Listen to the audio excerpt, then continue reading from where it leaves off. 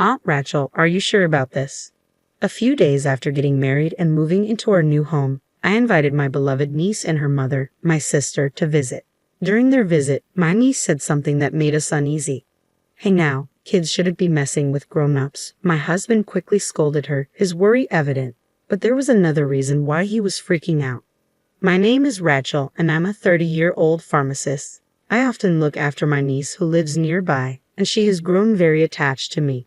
She's the cutest, and I end up spoiling her. Every time my sister picks her up, she complains, "I know I'm the one who asked you to look after her, but you spoil her too much." Of course, whenever she drops her off, she warns, "Remember, you can't spoil a child when raising them." But I always joke and reply that parenting is a mother's responsibility. That's how things go every day in my life. My sister is a nurse, so she's busy most of the time. She works in a well-paying hospital ward and also takes night shifts. On the other hand, as a pharmacist working at a drugstore, I have fixed working hours and no night shifts. I'm off on days without outpatient visits, and I don't have to be called in when the clinic is understaffed. So I often end up looking after my niece when my sister is busy. It might be because of her situation, but compared to kids her age, she is very calm and obedient.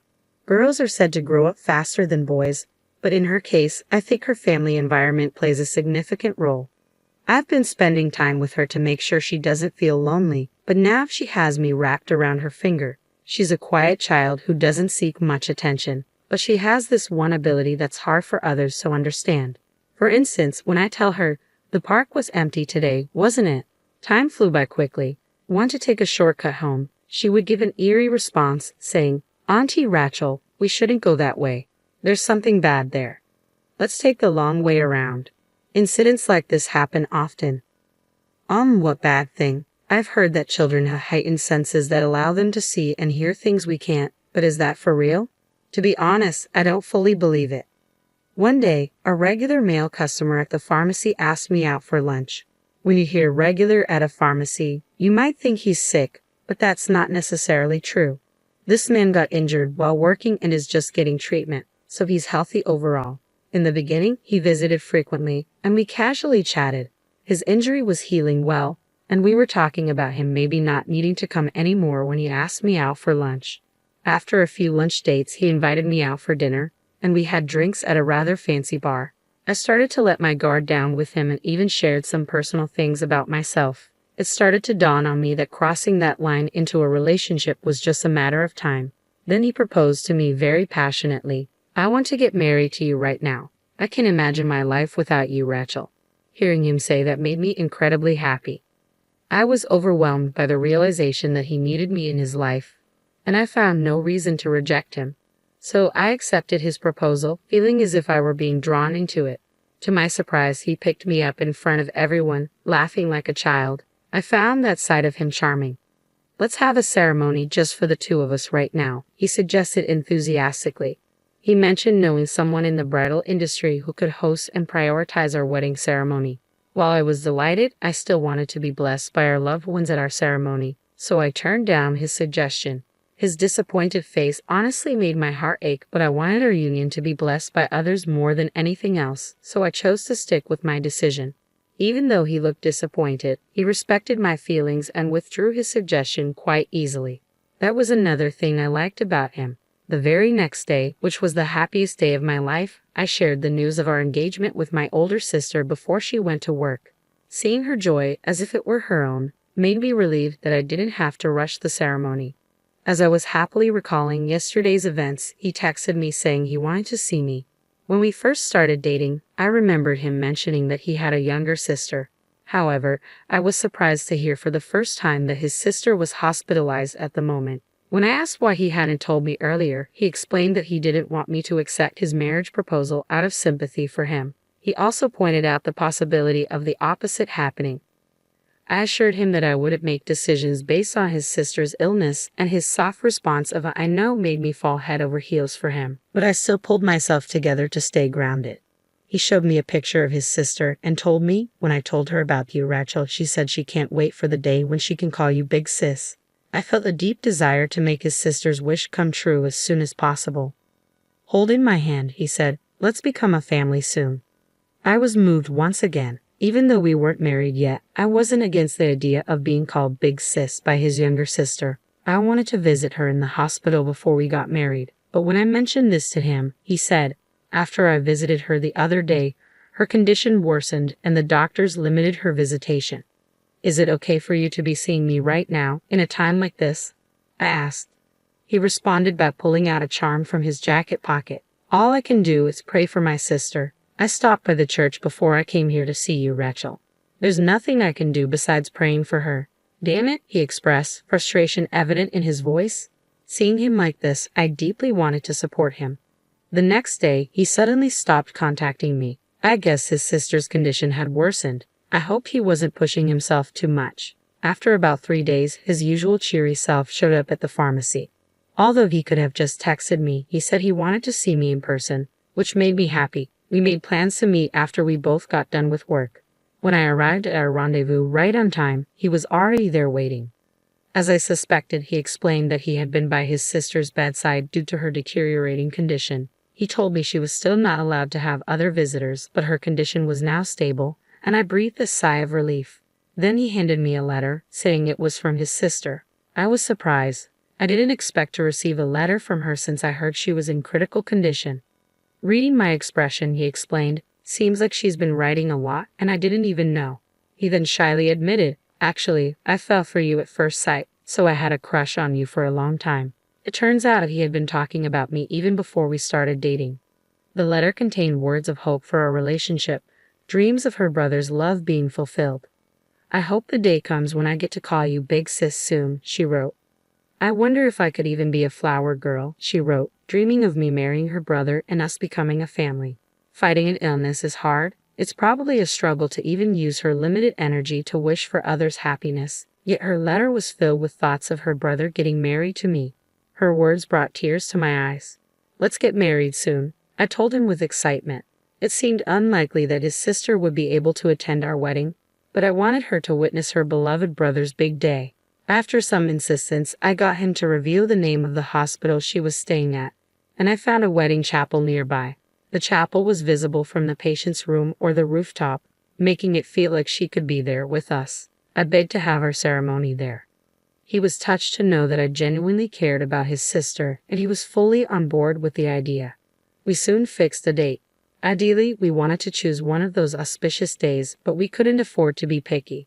The date we chose was less expensive and the only one available, so we went with it without hesitation.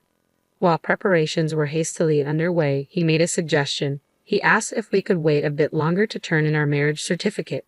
His sister's condition had worsened, and she needed surgery as soon as possible. The medical bill was going to be more expensive than expected, affecting our wedding budget. It didn't feel right to have a wedding under such circumstances either. When I suggested waiting until after his sister's surgery, he exclaimed, if she found out our wedding was canceled because of her, it would ruin her will to heal.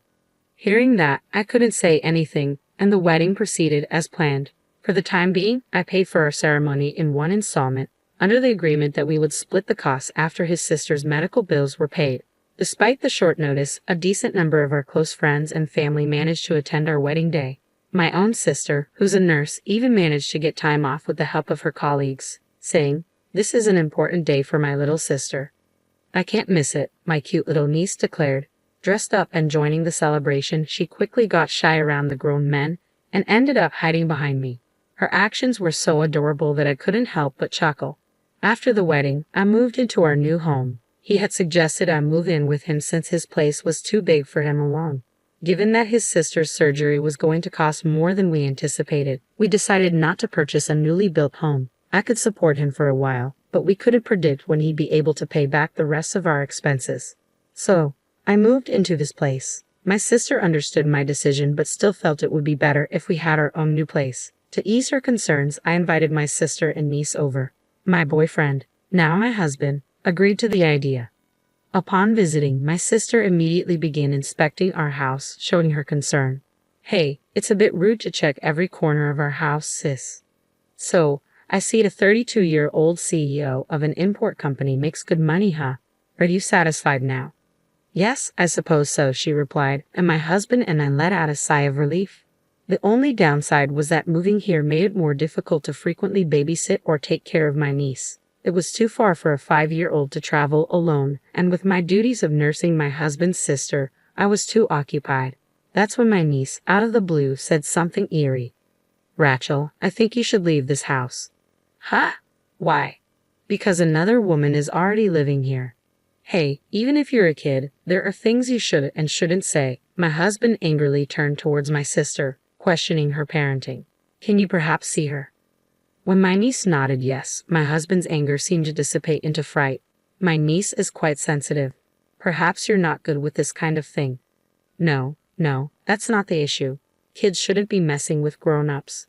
I'm not messing with you. It's someone you know really well. A woman with her black hair always tied back, thin eyes, slightly overweight, with a mole near her eye.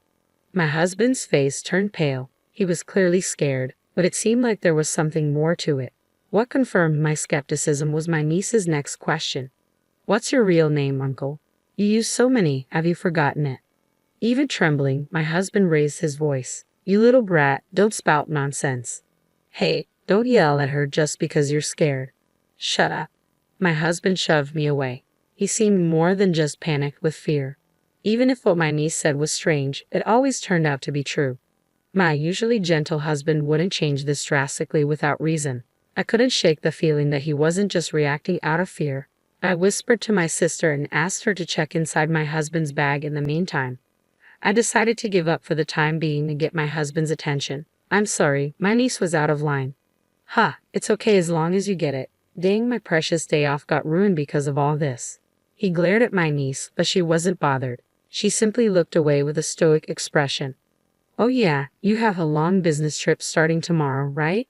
I used soothing words to placate my husband. He gradually calmed down, and the topic of conversation shifted to what he should bring back for souvenirs. However, we didn't get to discuss the details. The reason was the name on the driver's license my sister found in his bag. It was a name I didn't recognize. Furthermore, she found multiple phones in his bag. Rachel, your guy's probably sketchy. Aren't these burner phones? Burner phones? The kind used in scams and such. Exactly, registered under someone else's or even false names. It's illegal. And what if it is? Thanks to that, Rachel's been eating well and enjoying fancy dates, hasn't she? He said, as if I was his partner in crime. Cut the crap. My sister is nothing like a piece of trash like you. My sister snapped back. My niece, still stoic, said, There's a woman clinging to him like she'll never let him go. Watch your mouth, kid. Even if you try to scare me, I won't fall for it again, he retorted. He seemed less fearful and more brazen now that his true identity was starting to be exposed. The fact that he wasn't trying to escape showed his confidence in not getting arrested. He seemed almost inwardly laughing, so assured he was, until the moment his world came crashing down. That moment came when several policemen burst in, shouting police, and surrounded him. My sister had already found the driver's license and called the police before telling me. All our conversations had been overheard by them. There had already been several complaints filed by different women, and the man's description matched those provided. The police were eager to catch him in the act if possible, and the situation was ideal. My sister didn't want to let him escape and wanted to protect me. It was a miraculous arrest with our interests aligning in an instant. Since we hadn't formalized our marriage, the man had no legal claim over me. The man I had thought of as my husband was now just a criminal being taken away, and I could only watch in stunned silence. Later, during the police interrogation, he seemed to resign himself or perhaps calculated that confessing would lighten his punishment. Without causing any further trouble for the police, he spoke surprisingly honestly. He admitted he intended to commit marriage fraud against me and drain me financially, likely for the medical bills of his non-existent sister. He also confessed to killing a woman he had previously dated during an argument about his true identity, which she had threatened to report to the police. Although he was frightened when my niece spoke up, he didn't seem to fully believe her, which might explain why he confessed. The police informed me of everything. The night he was taken away, he woke up in his cell choking with long hairs entwined around his neck. He confessed his wrongdoings, fearing he'd be cursed otherwise. When I asked him if it was true about the hair, he laughed and said, "Of course not." He insisted he had finger marks around his neck, but apparently he was the only one who could see them. It seems that some people, when they've committed a crime, are overwhelmed by guilt and resort to escapism. Yet, remembering the image of the woman my niece had described sent chills down my spine. As the investigation proceeded, according to the man's statement, a woman's skeleton was discovered in the woods. It made the news, and when the woman's photo was released, it matched my niece's description perfectly. My sister and I were filled with renewed fear. The man's fraudulent activities were also reported in the news, and more victims started to speak up. It seems like his list of crimes is only going to grow. The man was sentenced to severe punishment behind bars. Inside, he had to be terrified of the woman's spirit every day. I was simply astounded at my lack of judgment in having once decided to marry such a man. The trial for the incident in which I was victimized has ended, and I am finally free from everything. However, I've had enough of marriage. I moved back near my sister's house, so I'm still looking after my niece. Today, while I was dropping her off at my sister's house, I opened up to my sister about my hesitations toward marriage and love. She said, "You're just saying that now. You never know where or when you'll meet someone. You could fall in love after you leave here today."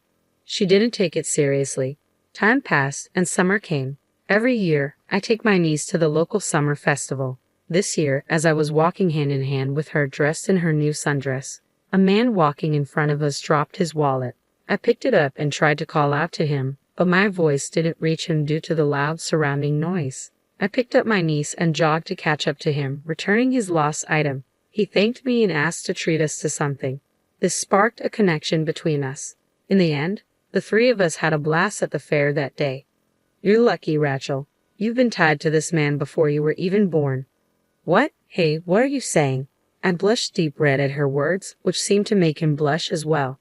"You never know where love will find you." My sister's words flashed in my mind as fireworks lit up the night sky. I had a feeling that a new romance was on the horizon.